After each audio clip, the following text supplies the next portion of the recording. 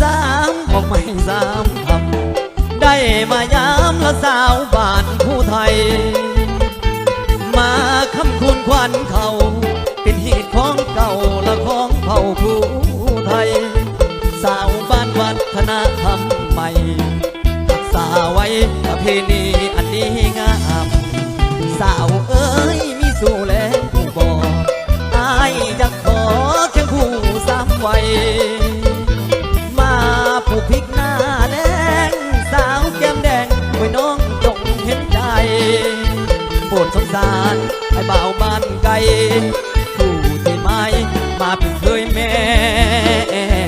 นาง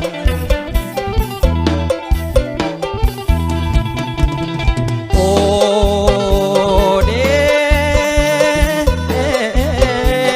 โอ้เดสาวผู้ไทยเอ้ยโอ้เดสาวผู้ไทยเอ้ยแค่เอ้ยสาวผู้ไทยนั้นเอ้ยน้องให้น้องอดนอนสาจำกินเกลือจางลาบไก่ผู้งาม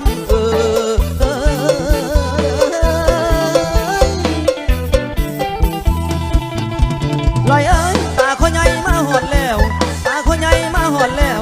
จังว่างทิมดอกหอเกลือจังว่างทิมดอกหอ